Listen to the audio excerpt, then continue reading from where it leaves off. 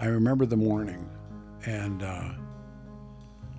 I had took all, and I had no, can't even tell you why. They took all my cigarettes, all my narcotics, and where I was living had a big dumpster, and I threw them all in the dumpster in the morning and went to work. And I have no idea what made me do that. That's the always candid Peter Boyles. The man is a Colorado radio legend, and he's going to join me today to talk about his career and his journey through recovery from alcoholism and drug addiction. And he'll talk in very powerful detail about his friendship with Alan Berg, the KOA radio host who was assassinated by a white supremacist group in the 1980s.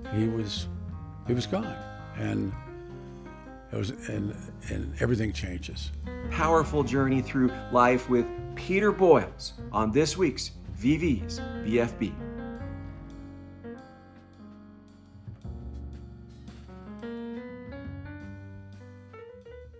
How are you, Peter Boyles? I'm fine. Yeah? Yeah, for an old guy. Now, I don't know. You are. I'm not bullshitting you because I think you probably know. You've been in this business long enough to know when people are bullshitting you, right? Like, I mean, you're doing great from my seat. Come on, man. How old are you? I'll be 82 in October. Come on, and you're still going? Now, are you still the most dangerous man in radio, or is it a softer, gentler Peter? I think something over time gets knocked out of you. And by the way, that's a steal. I worked in pro wrestling, and it's probably one of the highlights of my life. But we were told when I was to introduce Dick the Bruiser. You remember legendary Richard Alphas? Yeah. Dick the Bruiser. Well, Dick the Bruiser, you were given a card. You know, this is what he wants you to say. And his gimmick was that he had been kicked out of the NFL because he was too brutal, and he had played for the Green Bay Packers. And so I introduced him as the most dangerous man. I thought, I'm going to steal that. So that's a lift from Dick the Bruiser, most dangerous man. What, man, I love the fact that you started out you were in pro wrestling. I grew up, that was before my time, but I grew up, I vividly remember being 7 years old watching the first WrestleMania. So like I grew up kind of during that when it really exploded nationally, right? Yes. But back in your days, man, I bet there's some stories back then. When all I did was the ring and television. So, and one time I got dumped, but they called it protecting the business, and it's kayfabe. Yep. And so people who watched it believed it was real. And it was real in a greater sense. I mean, they were tough athletes, but, you know, the determination of the outcome of the match and the storyline and the rest of it that went with it, well, that all totally scripted. And they didn't want to hurt each other. I mean, they had to work again the next night. And I've often told the story. There was a legend that grew up here, a guy they called Dr. Death, Steve Williams. And Steve came home, and we became very close, rode motorcycles together, and I would take him on remotes with me, and people would turn out to see him. And Steve, he talked about feuds, and that's what they were. You know, then the next feud would start, and the next feud would start. And I always heard from the pros, and they would never say, I made money. They would say, we made money. That's right. And he had the Junkyard Dog in the South. Yeah, and he said Mid-South Wrestling. And that was, everybody thought it was real, and he was the white heel, and Dog was the black face. And even the legendary, and again, sitting and talking with him, we would talk. And he always talked about me and Ricky, and it was Ric Flair, but he would talk about Steamboat. And me and Ricky, we made money together. And that was important. I used that a lot in my head about you're in a radio business, you're only as good as the guy ahead of you and the guy behind you. Yeah. So try and you know, me and Alan Berg made money, just like Rick and Rick. They made money. It takes a team, man. I mean, it takes a team. By the way, nice junkyard dog. That he was huge in the South. Oh, huge.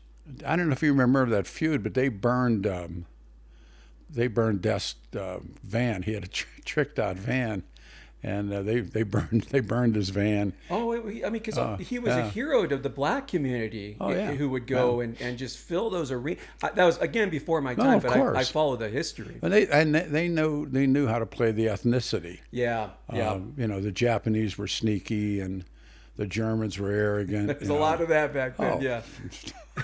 There was a lot of that. It was great, yeah. I mean, I loved those guys. They were, and they taught me a lot about radio, and without me knowing what I was learning. And I've told the story before, but we were in Casper, Wyoming, and there was no cops, and in the business they call it a screw job ending, where the baby faces lose. Because the only guy in the room that can't see it, the ref, but and the bad guys, the heels, they won. Well, the place was full of drunk people, and there was there was very few cops, and it was quite a night, and we couldn't leave until we had to stay inside because there were people outside waiting to whatever they were going to do.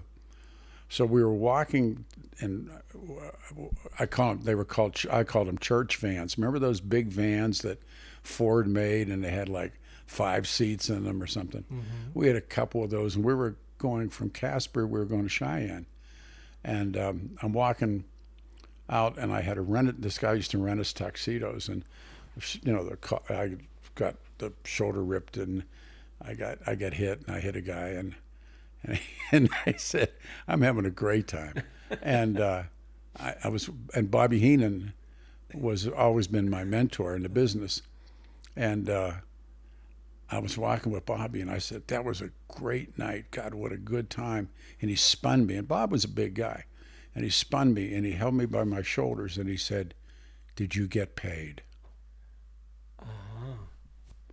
And then I knew about everything. Yeah?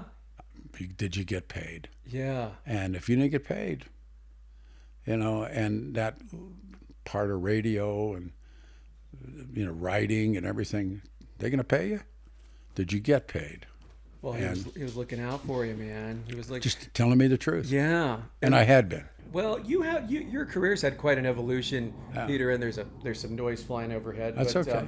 I mean, how did you get to Denver, and how did you get into radio in the first place? Because you were a Pittsburgh kid, right? You grew up in like blue collar kind of household, right? Ended up here in the military, and looked around and said, "This is a lot better than Pittsburgh," and went out to like we all did. We were drifting in California, and I knew a woman, and came back and got married.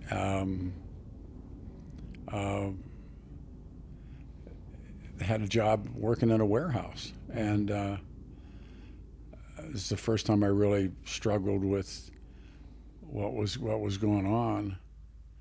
And what was going on? I went into depression, and the answer obviously is alcohol. That fixes that, right? That for as long as you can, and then of course drugs can help that. But then I discovered that I had the GI Bill, and I could go to college, and Metro had an open door, and I found out that I wasn't stupid, and that I could do well. And I was working for a guy laying sod and painting, and a maintenance guy, and he let me off 2 afternoons a week, and I took this history course at Metro, and I got a C, and I was over the moon that I actually got a C in college, and I never got another one, and I went back, and then when it came time for graduate school or something, and everybody looked down their noses at Metro then. And Jim Kissel and Howie Bremer got into law school, DU Law, and I got into DU grad school. And at the same time, when I was an undergrad, a guy that I was going to school with said, well, there's this, and I was working in a warehouse and trying to make money, and he said, there's this job as a writer at the auto club for the traffic reporter.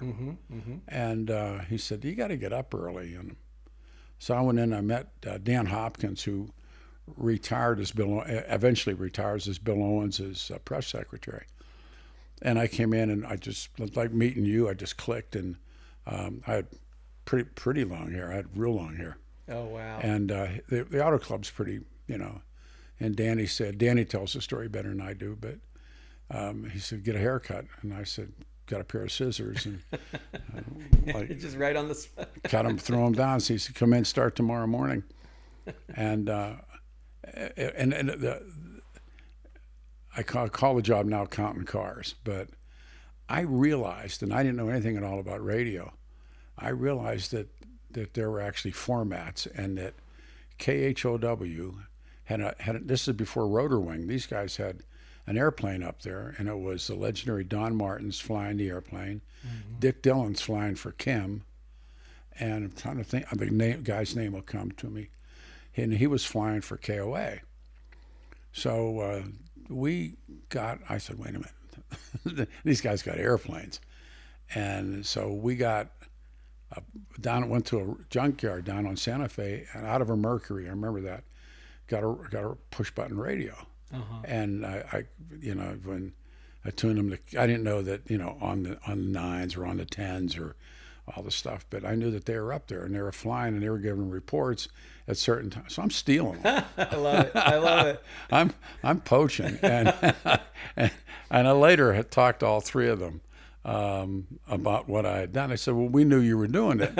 And I said, and I'd write down what Don was always first at KHOW, and Don would give a report, and then I would listen to Dick, and then the guy's name will come to me at KOA. And he was actually flying a twin, and I'd write down what he said. Art Newman, the guy's name was Art Newman, and I would write, and then I'd kind of make an amalgam, like, wow, he says it, and he said it must be true, and I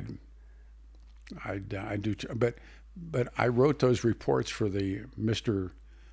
Big Balls voice, I-25 southbound, The voice of God. Yeah. Oh yeah. And I went through a whole bunch of those guys, and I'm thinking, man. And then there was a guy that he wasn't coming in all the time.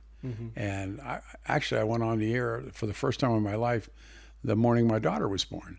And so this guy was, and they were afraid of him. He was, and so I think I was making like $3.50 an hour, and they're paying the on-air guy like, I don't know, like $12 an hour or something. So I went to those guys and I said, I can do both jobs. I can steal, and I can go on the air. Yeah. And it was a question of getting rid of the guy, and they were afraid. And I said, no, give me his paycheck. And we went and smoked some pot, and I said, hey man, and he got all mad. And I said, don't go back. There's cops, which there weren't. And then the next Monday I started all by myself in the booth, and I didn't know anything. I mean, I'd never been to a radio station in my life, and I'm banging away, and we were doing like 5 stations, and we'd jump, because it was a trade. KOA, the Auto Club got to put their spots on all these radio stations, and then we did their traffic, and it was a trade. So I said I can do both jobs for like $9 an hour, and they, hey, come on. I love this, Peter, because you're talking about a time in radio where you could have no experience, walk in like you own the place. And, well, I just was, I mean, I was doing it for money, and You were hustling. going to school, got to go to grad school, and so then I started doing travel and recreation reports, and so then I got the late Jack Merker was at Cat Radio, and they had some things going on there that they lost their midday guy, and all this kind of stuff, and the politics, it's like what was the line from the Eagles? The politics of contraband, the smuggler's blues. Yeah. And and Jack called me and he said, he said, I'm looking for a part-time disc jockey. And I said, I've never done it. He said, well, come on down. And they were right underneath the Playboy Club. and I went in on a Friday, and that's back before everything went digital, and remember how the boards were like you couldn't reach end to end, 2 turntables, there's 4 turntables, cart machines, dials and sliders, and I'll never learn this. And then I realized what it was, and I sat with him, and then he said, come back tomorrow, and I came back the next day at Cat, and I was on a jump mic, and he was here. Then we traded places, and I was queuing records and learning to read the log and load the cart machines. And shift was over at 4. 3:30, he stood up and he said, "Give me a half-hour radio," and he walked out of the studio. And I probably did the worst half hour of Denver radio. So we got off at 4 o'clock, and the Playboy Club was upstairs, and it would give Denver on-air guys free booze. And remember those days? Woo! Oh man! Like, oh, you work there? Come on in. And so we went up to the Playboy Club, and I'd never been in there either. And a couple of beers, and he said, "You're not." He said, "You're." He said, you have a kind of a goofy voice, but you're smart. And so then he offered me weekends, and I started jocking. Like, then I would leave. I'm take a drink of coffee here. Sure. Early in the morning. Well, I mean, you've had quite a career. I mean, traffic. But that was the way. Now, and you made your bones, and you made your bones. I mean, you pay your dues. Yeah, I mean, doing traffic reports and travel and recreation reports, and I produced shows, and they brokered shows on the weekends that were somebody else, and and you'd be the guy pulling it together for them. And I did a show. The Greek community had a show called the Hellenic Hour, all in Greek, and I had a Greek announcer and Greek music. It was one of those. Do you speak Greek, Peter? No, I learned one word: discos. It was record. I love it. Yeah, they'd pick it out, and I didn't announce. And that's the first time I knew that you could get in trouble in the business too, because it was when I don't know if everybody remembers, but on Cyprus, and Archbishop Macaro's in, the Turks invade. Real quick story, and the Greek show, the Hellenic Hour, they brought in, I remember the doctor's PhD, Dr. Krikos, and he was going to do an editorial. So he does an editorial in Greek. I have no idea. And they did Greek soccer scores mainly, and politics, music, community stuff. So the next day I walk in, and there's guys in the lobby. And they're like, and guys I'm working for, come here. And, what you do yesterday? And I said, what I do? And he said, those guys are Turks. and this guy just buried the Turks on the air. And I didn't know. You didn't know anything. No, they said they want equal time. And so they ended up, they wanted it on Sunday. and that's when the Greeks aired their show, and it was coming up. It was Orthodox Sunday, which was even, I ended up doing a show with the Turks, and I knew enough about it that, and it was over, and I didn't do it that day, but I did it, and that's the first time I probably did talk radio, but also understood that the thing could have consequences. Sparing us from an international incident. Well, not so much that, but that I realized, wait a minute, that you do this shit, and you can offend. Right. That's the first time, Vic. Well, and there's some pro wrestling in that. Oh, total. Everything's pro wrestling. I mean, there's theater in that, right? Theater, absolutely. I mean, it's an art form. Yes, it is. It isn't. Everyone thinks that nowadays, especially, It's worse. with so much social media, you put a camera in front of your face and you have a hot take. Yeah. I mean, there's a million hot takes out there now. Sure. But it takes a certain personality and it's a certain art form to have an opinion and talk about things and keep an audience.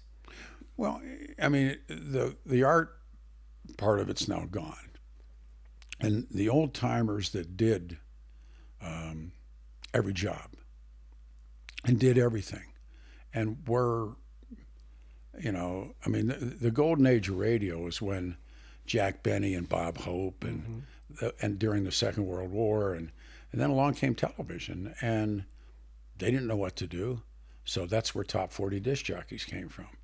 And then music goes to FM, and there's this vast void of AM radio. What are you going to do? And talk radio begins. Yeah. And then you found the love of your life.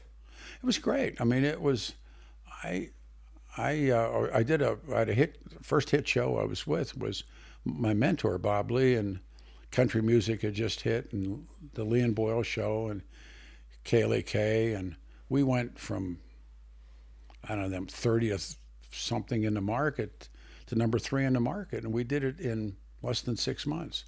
And I didn't know how to act, but here I am, and this show is, I mean, it's on fire and fueled by alcohol. And yeah, let's talk about that. What did because you are, spoiler alert for those who don't know Peter's story, you are a recovering alcoholic and an addict.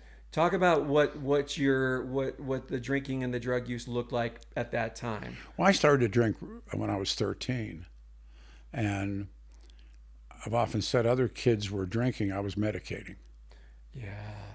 And then when you, and I didn't, I mean, we were, no, I'm not playing the violin. We were not a wealthy family, and second, third generation from Ireland and everything that goes with that. And by the time I'm 16, 17 years old, I'm drinking on the weekends, and I mean, and it helps you forget, man. It helps you forget. It helps you forget about all that pain. Well, I know that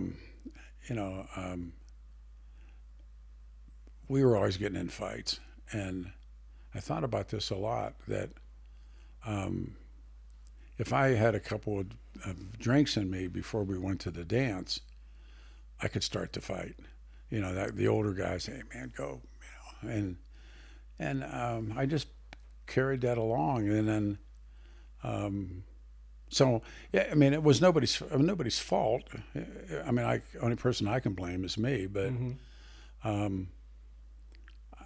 But when we got into the business, and then the business, especially back then, was fueled.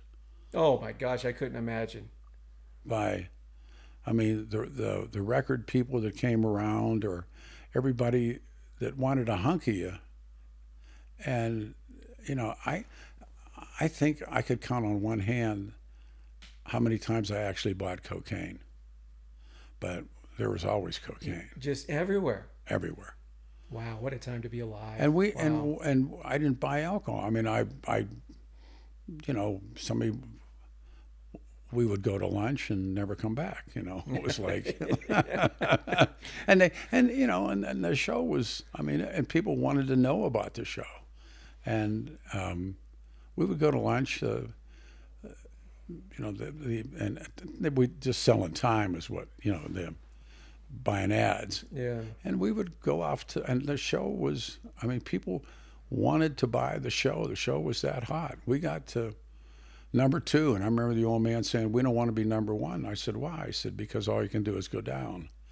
And it was, again, that great wisdom of those guys. They were top 40 jocks Bob's out of Detroit.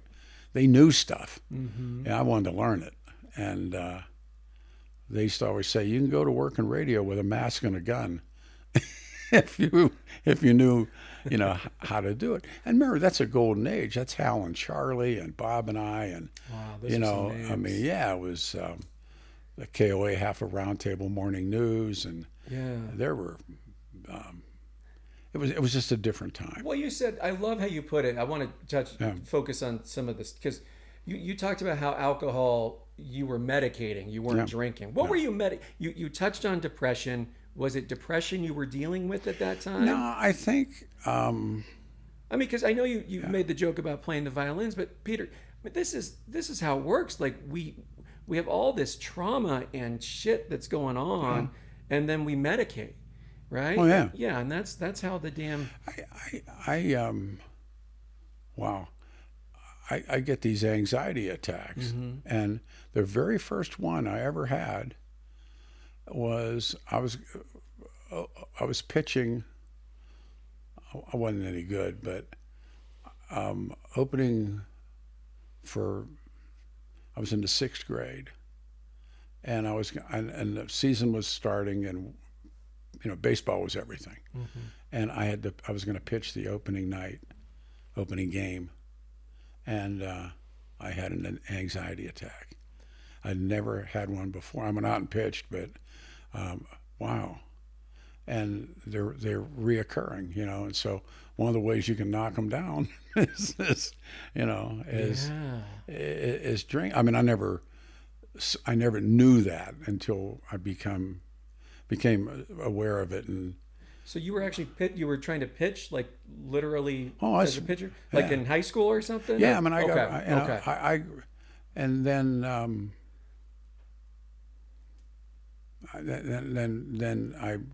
in Pittsburgh, the big Y is a Hebrew Y. It's a YMHA, and I went there to learn to box, and just stuff that we were who we were. Yeah. And it was and there was an industrial base. I mean, I went to work in a steel mill right out of high school, and it was there. I mean, it was coal mines and steel mills, and it was Pittsburgh is, what Pittsburgh always was, but really that whole after the Second World War in the 50s and into the 60s. Wow. I mean, it was what it was. It was what it was. It isn't there anymore. But I went to school I've told a story that the Newfield coal mine was the big coal mine, and one of the fields that we played on, ball fields we played on, called Davidson Field. And third base, I played first base and through. And you could look past third base in the air shaft, one of the many air shafts for coal mines. The air shaft for the Newfield mine was up behind about maybe 50 yards past third base. It was an air shaft for the coal mine. And we coal miners came and watched us play baseball. And I love it, man. Oh yeah. So getting back to radio, so you had this hard scrabble upbringing. Yeah. You're already a pretty good drinker. Oh. Yeah, and now you're getting cocaine for free. Getting everything for free. Oh, good night. Yeah. Right? Yeah. When did you notice it, Peter, really start to, okay, maybe I got a problem here? Did it take a while? In most true alcoholics, it's everybody else's fault but mine. Yeah, that's right. I mean, it wasn't. It's so convenient, isn't it?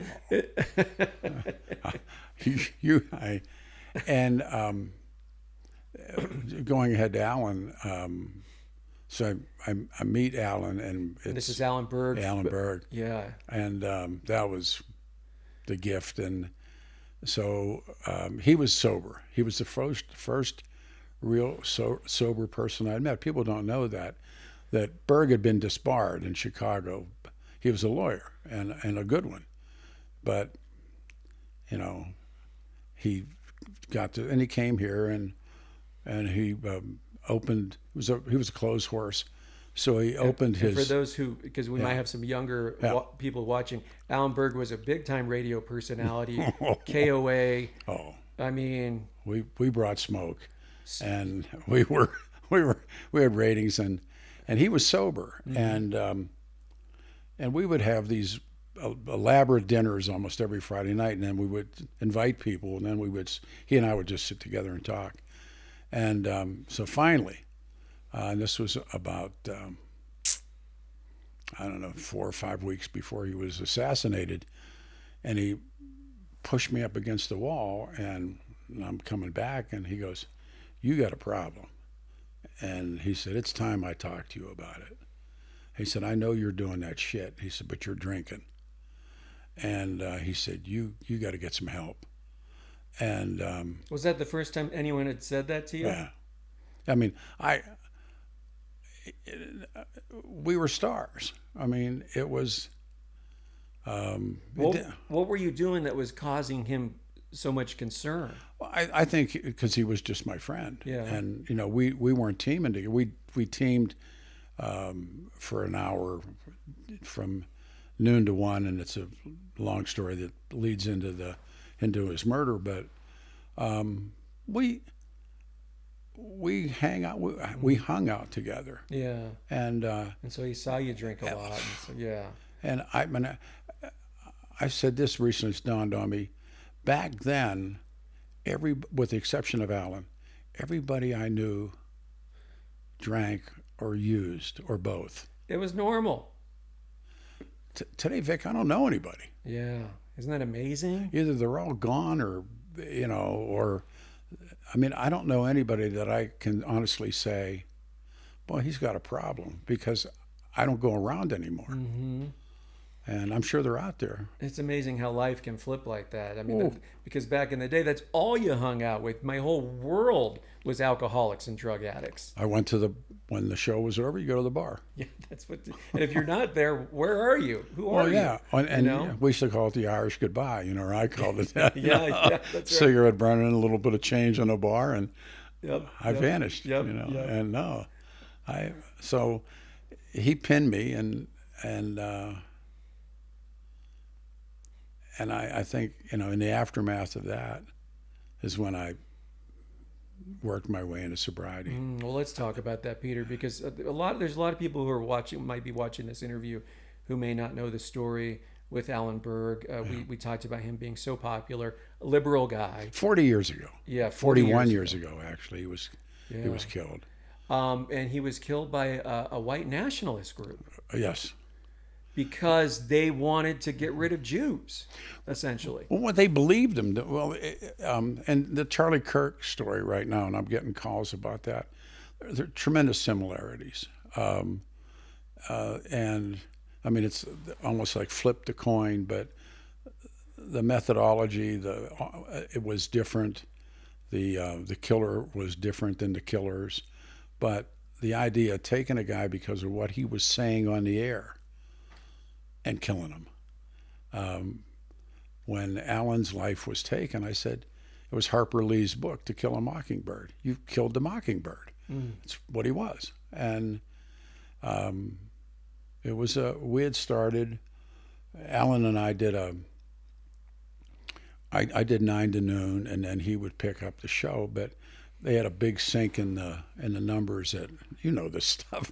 You can see, 12 o'clock, and so the powers that be decided I would host a show on KOA between 12 and 1, and we'd have all the accoutrements. We'd have sports, and we'd have weather, and and that's when they had because it's an agricultural designated radio station. KOA is King of Agriculture.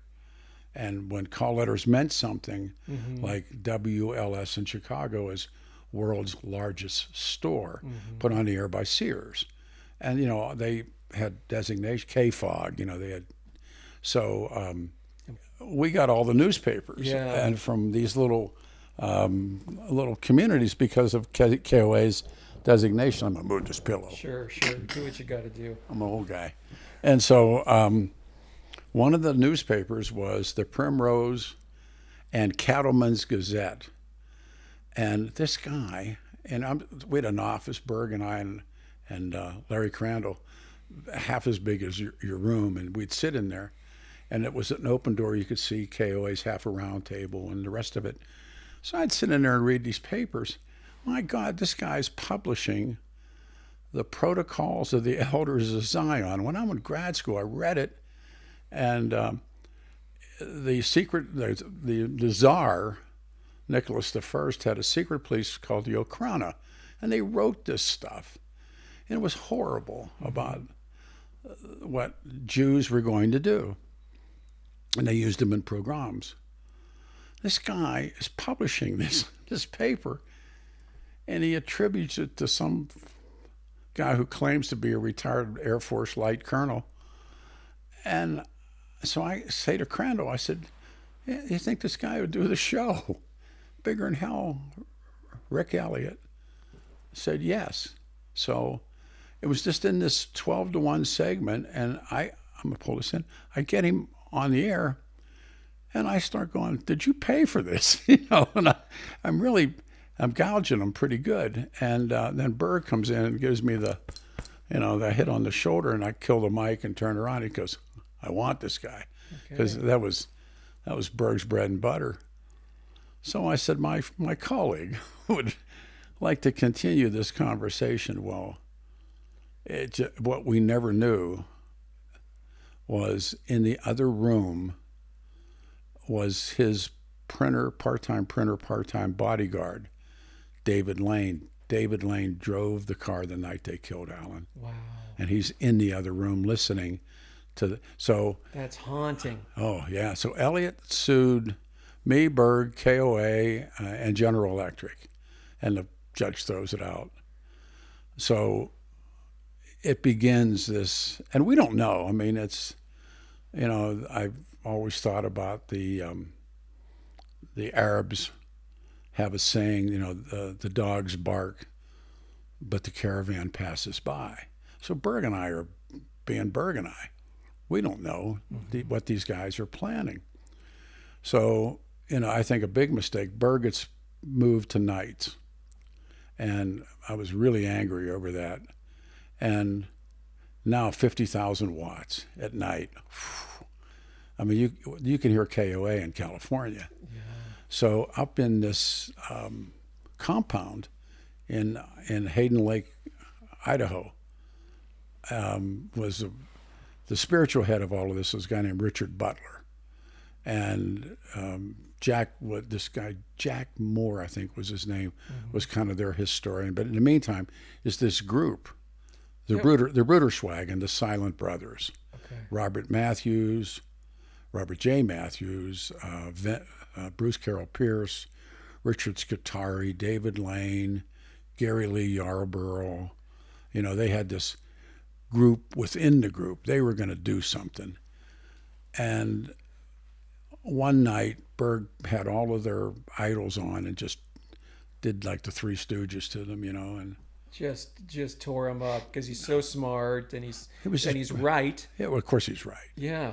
But that, I think, was the night because they could hear him in Idaho, and I think that night was the night that they decided that they were gonna, and they had turned him into like something that he wasn't. He was who he was. He wasn't. We talk about ratings and revenue. And he didn't even vote. He said he had the line that he would do on air: "Don't vote; it encourages them." And he, But anyhow, and they fucking killed him. They killed him. These assholes who. Yeah, I mean, they took his life, and it was never the same after that. it all changed. And what did that do to you, Peter? I mean, because I, you know, what's interesting is what it did to my children. And I'm only, now they're adults, and my son's a parent, you know, but here they were little kids, and here's this guy that came to the house. They knew him. They knew that their dad and this guy worked together and did the same things and the rest of it. And they only come to me now, years later, 40 years later, and say, you know, and here I am in the throes of my addictions, my alcohol and drug addictions, and I'm auguring in, and I don't think about them. And that's one of the real abuses of alcohol. It's really, you know, self-centered. And only now, I mean, we have a wonderful relationship with my children. I'm a lucky man. But they talk about it now. Hey, do you know what that did, you know, to us? They had to see it, man. That's so hard. Yeah, and me, I'm like, I'm so lost and had no idea what I was doing. What were you doing? Daddy stumbling home drunk? Daddy's... No, I by that time, my ex-wife had thrown me out, and I was living not too far from here, and a lot of it was a blur. I mean, I have friends who tell me I'll make amends to them. Yeah. And they'll say, I appreciate you saying that, Vic, because when you did this, yeah, it really hurt me. And when they say this, I have no fucking idea what they're talking about. Because I was so gone. Yeah. That you can't explain that to people. Yeah, it's really hard to do. And so when people come at me, like, not come at me, but when they say that to me, I just have to accept it because they're probably right. Oh, there's I mean, they all say, "Do you remember me?" And I always go, "Do I owe you money?" that's exactly right. I mean, I mean, the funny part of it is, I mean, is the sad part is, you know, in those days that followed. After Alan. Yeah, after I was doing radio shows and doing all these interviews and all this kind of stuff, and I spoke. Now the press club has now done a big thing, and it's a picture of me. It was on the front page of the Rocky, but you know, he was gone, and it was and everything changes. I mean, it's hard to explain that, and then the business takes this turn, and and then we go through so much, and then the Communications Act, and you know, you can own 8 stations in a market, and you know, and everything that began to happen, and then and it just it was taken. It took the fun out, man. It took the glory days away from never you. The same. So while that was never the same, at least you got better in terms of your addiction and alcoholism. What was it Alan's death that spurred that? Yeah. And I did it, you know, like I don't know if I should have gone to treatment or not. But I chose. I remember the morning, and I had took all, and I had no, can't even tell you why. They took all my cigarettes, all my narcotics, and where I was living had a big dumpster, and I threw them all in the dumpster in the morning and went to work. And we have an expression like a dog shitting peach seeds, you know, like I have no idea what made me do that, but wow, so you cold turkey threw that shit out? I shook. I had dreams, man. And then I found two great doctors, and I turned myself in, and I'm going to a shrink and lying to him. And I'm paying the guy, and I'm lying to him. I was like, that's true alcoholic. Oh, Yeah. Oh yeah, And I mean, finally, one session I broke down. I said, look, because he, well, how much alcohol, well, I occasionally, have a drink. Well, what were you drinking?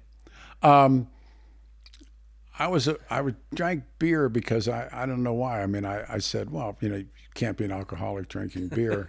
There's so many people who say that. Oh yeah. Yeah. And then I was switching over to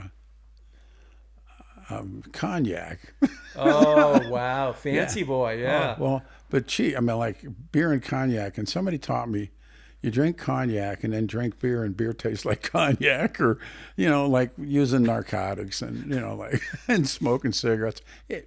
Amazing. Yeah. And then I had stages. I became Robert Redford. Rest his soul. Rest his soul. And then I had a level that I was bulletproof. What? Oh, I was going to ask what you meant by the Robert Redford. I became him. Yeah. I mean, I know she likes me, and then I became invisible. And I had just these levels of what happened to me. That's right. But the invisible was the last level. Boy, it really just like you believe you're Robert Redford when you're talking to this woman. You're at the bar, yeah, and then it's and she thinks that I know that. That's right. Oh, that's amazing. I'm a big star, like come on. Man, drugs and alcohol, what they do to us, and it's just madness. Oh, it's just. I mean, madness. I look back on stuff and I think, well, I should have been killed for that, or. Oh yeah. Yeah, or I should have died that night. Or Peter, I had a gun pulled. I owed a ton of money to a dealer who would front me a lot of cocaine. The idea was he would front me it, and then I would go sell, and I would eventually just pay for my habit. Right? Sounds great in theory, right? Yeah. But in truth, I didn't sell any of it. Kept it. It all went up my nose, Sure. and now I don't have a dime to give him. I owe you. And so he's blowing up my phone. He's threatening to fucking kill. This is like a dangerous dude. Sure. Finally, I scraped together just enough money to go give him. I walk into his house, hits me in the back of my head, kicking me, beating the shit out of me on his floor. Pulls out a gun from his waist, stands over me, points at me, says, "Don't you ever fucking do that again." Yep. Dust settles. He helps me up. It's all right, man. You gave me your money. Let's just don't ever do it again. And what does the drug addict do? Same thing. That's exactly right. I'm like, well, now that we're a square, can you front me another ounce or whatever? Yeah, and he's like, you are fucking nuts. Yeah. But we are. Yeah. Well, and that's our logic. This is like that. There's a, shot at and missed and shit at and hit. So remember the Colorado Mine Company? I don't know if it's way before your time, but it was the epicenter of everything in Denver. It was in Glendale, run by great people, wonderful people. And that's where everybody went. Berg and I had dinner there every Friday night. And so I'm coming out, and I had this woman with me, and no names, but she could do more cocaine than almost any guy I ever knew in my life. So I had a new Corvette, and down at the end, and it was wintertime, and about 10 cars down, and I won't mention the ball player, was a Bronco with two guys. I kind of say, "Hey man, how you doing, guys?" And they said, "Hey Peter, come on, go with us." And I had this woman with us, and I had an 8-ball in my pocket, and we were going home. And they said, "We're going to get to base," and I'm fucked up, and I'm going base. And what goes off in my head was, there's not bases in football. What? And they're going to go free base cocaine. Yeah. And I didn't go. And whatever that was, what that moment was, but But it wasn't. I didn't go because I wasn't going to do that. I didn't know what they were talking about. That's amazing. No, about 3/4 in the shoot, and I got this woman was incredible, and these guys are going to get to base, and it's like 20 degrees and cold, and I'm in a Corvette that the roads are bad, and for those who don't know, freebasing, man. I mean, Richard Pryor. Yep, he lit himself on fire while freebasing. Jerry Garcia freebased. Yeah. Like it's just a more intense. It's a quick up and down. Yeah, and there's no doubt that if you had gone that night, you would have been hooked. Yeah, well, I know I would have. Yeah, because in group meetings, I've met the guys that freebased, and I've shared that story, and they went, phew. But it wasn't that I wouldn't have gone. That's important to say. If I had any idea what they were doing, I probably would have went along. But all I could think was bass. I think that's amazing. What a stooge! Yeah, there is a God. My gosh, somebody something. Yeah, you're not going to do this tonight. No, man. But I would have. Yeah, look, I think. I smoke crack. Look, and we do these things. Like I did so much cocaine that I did damage to my nose. Sure. And the doctor's like, you have to stop doing cocaine. Yeah. And so I took that to mean I just need to learn how to do cocaine a different way. So I started smoking crack. Yeah. And now it's not hurting my nose anymore. We're good. We're good. Makes sense to me. The things that we talk ourselves into when we're in the throes of it is amazing. And I'm so glad you found your way out, Peter. That was 40-some. How many years ago have you been sober now? 39. Wow. And talk to me about what that recovery process looked like. Because you quit cold turkey. Man, people can die from alcohol withdrawal. Well, see, I didn't know anything. I mean, I had these dreams that were just... I have like cigarettes dancing around the bed, and wow. Do you still have drinking? Do you have drinking dreams? Because every once in a while, that's a great question. Every so often, I'll have a cocaine dream. Yeah, I have drinking dreams, and I wake up thinking I've had a drink. Oh, it's chilling. Yeah, and the answer was always alcohol. If you're mad, glad, happy, sad, celebrating, not celebrating, alcohol. Yeah. And there's a line in The Simpsons: alcohol, the cause of and solution to all of life's problems. Yeah. Remember, I'm like Mo Chislak, the bartender. He's my guy. And remember, they had the flaming Mo's.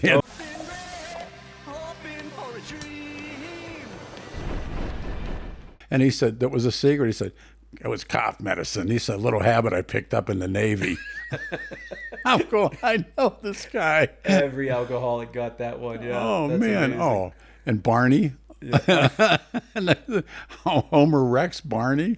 One of my favorite Barney scenes is he goes into a meeting, and he thinks it's a 12-step meeting. And it turned out to be a Girl Scout troop meeting. I know that one. My name is Barney, and I'm an alcoholic. Mr. Gumbo, this is a Girl Scout meeting. Is it? Or is it that you girls can't admit you have a problem? I think, do you ever agree? I mean, AA meetings have like, there was, this is the best one. I won't tell you where it was because that's wrong. But it was real hot in the summer, and I was in that white knuckle stage, where you don't know what side's up. And they was at a certain church, and they had the summer camp, and it was a Jesus camp for kids, and so the Alkies got the downstairs, and it was cool, and so. Remember them balloon clowns?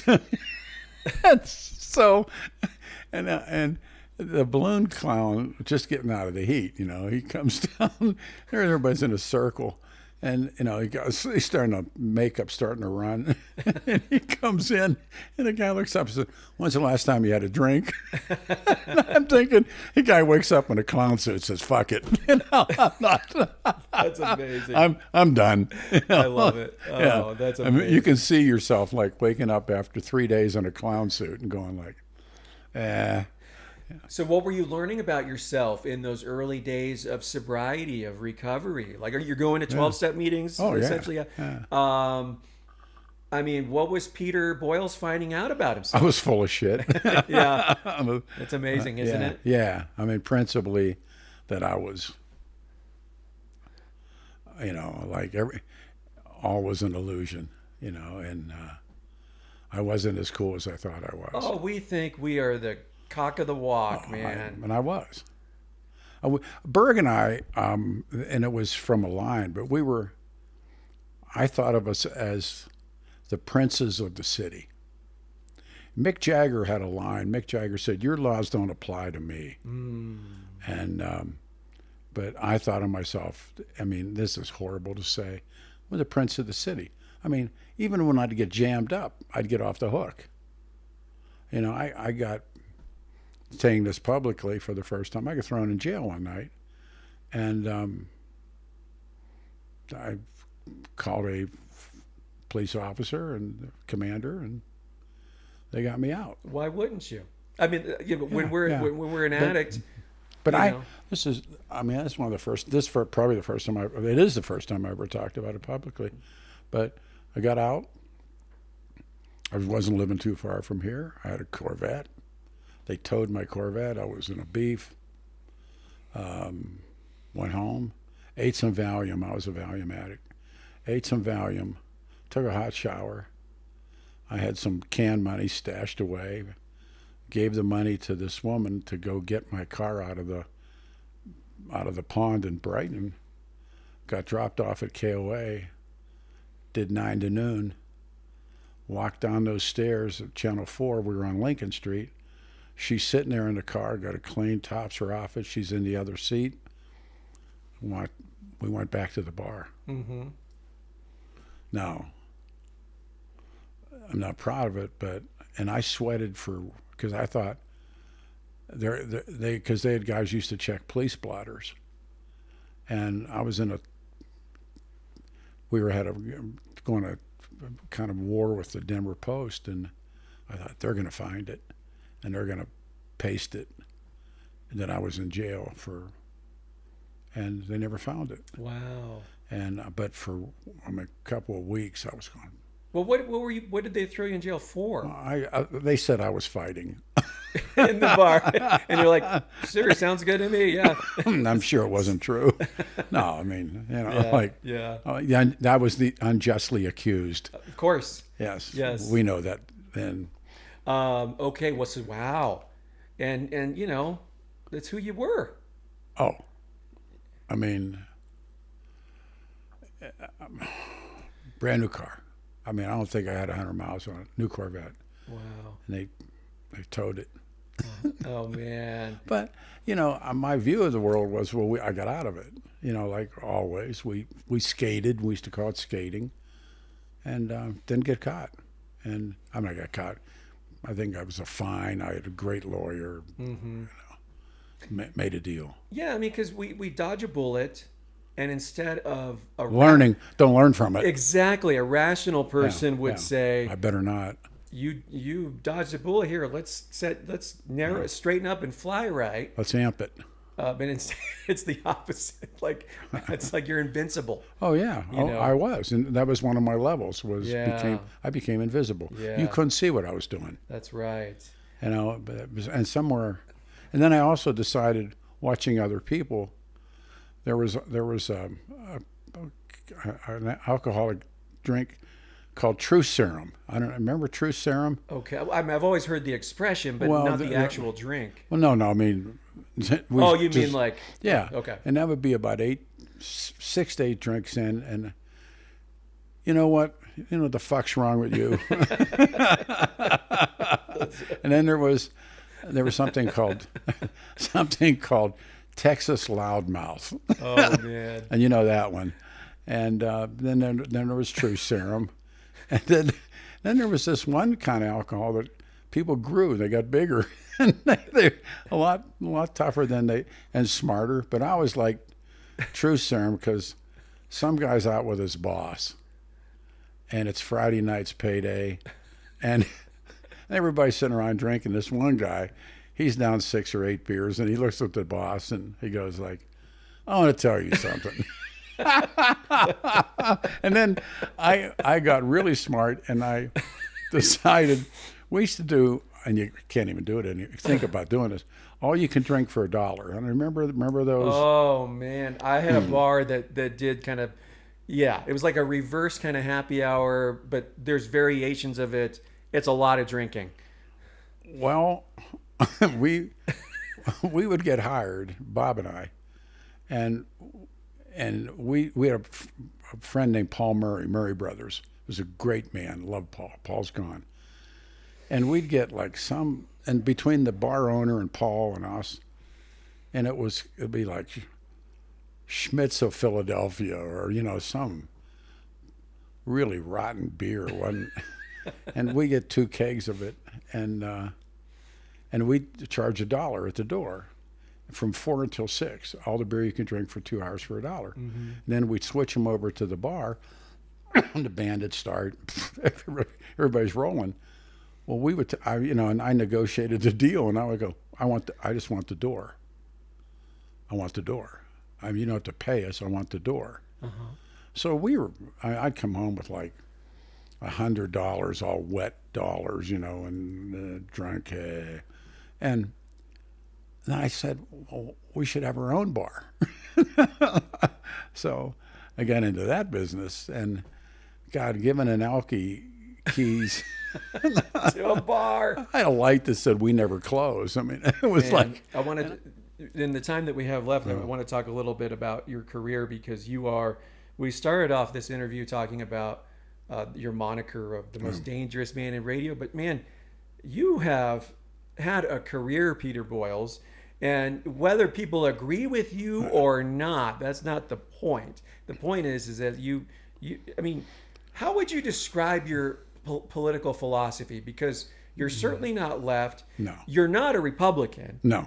I mean, a populist? Is that kind of? I'm a huge William Jennings Bryant, the Prairie Populist. Yeah.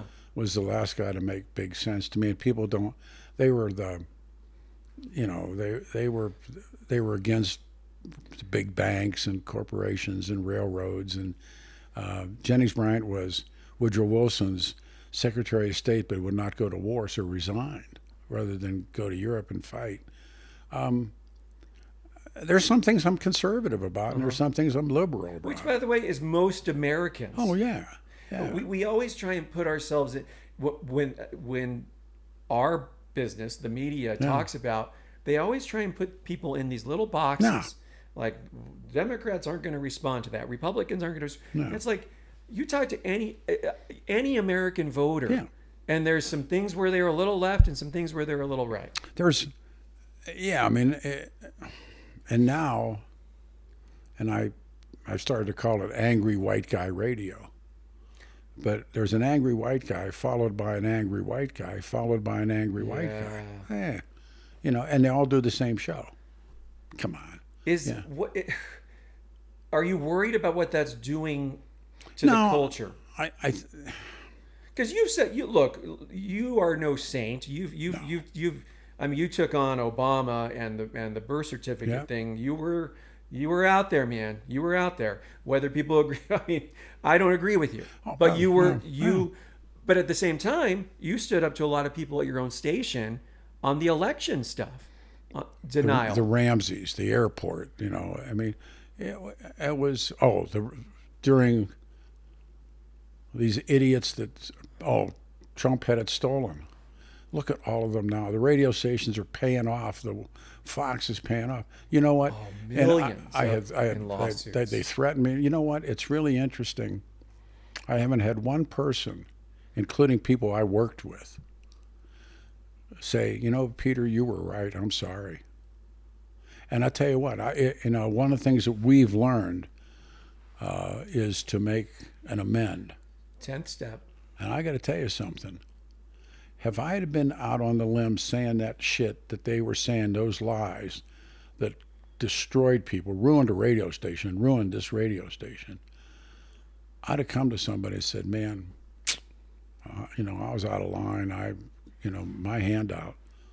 Not one MFer has come to me that either worked there, threatened me, threatened my family. Not one of them has called and said or sent an email or even snail mail, Bubba, I'm sorry. And no matter how many millions of dollars each station had to pay in settlements to Dominion. Not one. Yeah. And matter of fact, I mean, it's just this example of what I'm talking about. Is these have to be one of the issues that we have is the need to be right. Mm-hmm. I mean, I needed to be right. Yeah. And of course, I've said that when I started in talk radio and we were on fire and we were shooting to the top, Vic, I had an answer to any question you asked me. Now I don't know what the question is. And so this Saturday, Denver has a young up-and-coming UFC fighter, putting him in the show, and I got the Palestinians. Nobody deals with the Palestinians in Denver. They have tried. They can't get anybody to talk to them. And you have them on as guests. I have them on as guests. Yeah, and it's a good conversation. Yeah, I mean, these people have a legitimate position that not everybody gets to hear. But when they're on, it's though I ran over somebody's dog in the driveway. And because nobody wants to hear what. Peter, no one wants to fucking hear it. Like, it is just, and then we were talking about the Charlie Kirk thing. Yeah. Regardless, I've actually been stunned by the level of discourse. And I'm not even going to hint which way I lean or anything like that. I'm just stunned as an American from some of the takes on the left and the right. Oh, yeah. It's like, but this is how we talk to each other nowadays. I tell you, when after Berg was murdered, I got notes and letters, and this is before loudmouth Jew deserved it. Do unsigned letters. Yeah, of course. And yeah, I mean, the whole thing was just so stunning, but yeah, and the same thing's now happening to the family of Charlie Kirk, as people were saying stuff. This is all repetitive, and they're polar opposites. It's just the methodology or the philosophy or whatever it is, but you're right. And Berg was local. Mm-hmm. Kirk was national. Mm-hmm. And, I mean, you're right. You're right. So, but, I mean, I remember, and here's like a capper story. A guy named Fred Wilkins was a Klansman, and he was also an EMT in Lakewood. Berg discovers it, and Berg said, what's he going to do if he finds a Mexican or a black man or on a highway needs mouth-to-mouth? He ain't going to do it because he's a Klan. And Berg, really went after him. Mm-hmm. So Fred's the guy that got into KWBZ and got the door open into the studio and said, I'm Fred Wilkins from the Klan. He said something to Berg that it was perceived as they were going to kill him. They were going to kill Berg. And I'm sitting in a bar drinking with Charlie Martin, and the beer guy comes in and said they just tried to kill Berg, which they hadn't. And so I go to the radio station places, crawling with cops, and I said, what happened? He said Fred Wilkins came into the studio. Jump ahead in time, so he's murdered. I get a note. I don't think I've ever told this. I get a note. I didn't do it, Fred Wilkins. Wow. One of those. Remember those little that they'd write that down at the desk and then give you the note. Yeah. They're on pink paper about this big. Sure. And I was like, I was so trashed anyhow, and I threw it away. What a note. I didn't do it. Wow. Fred Wilkins. I wanted you to know. And I've wondered about that, about this guy. I didn't do it. Yeah, man, that's heavy. That's heavy. You know, and I just think that I'm really worried about us, Peter. Oh, yeah. And when I say us, I mean society. Collectively. Like, you know, I really pride myself on getting along with everyone, because I'm not going to change this guy's mind. No. And this guy's probably not going to change my mind. No. But can we meet in the middle and talk about some stuff and get along on this earth? And it's just not happening. Something's going to have to give, or something's going to happen. And it won't be pretty. And I know people that want an actual civil war in this country. Peter Boyles, thank you so much. Hey, I love you, brother. Thank you, man. I love you too, man. I'm so grateful to talk to you. We could do this all day, and I'm so glad. It's a meeting. Yeah, it is a meeting. Yeah, it is That's a why I meeting. love doing Yeah, this. You yeah. get a meeting out of it. Yeah, you do. I love it, man. Thank you so much. Thank you. Thank you, brother. Safe.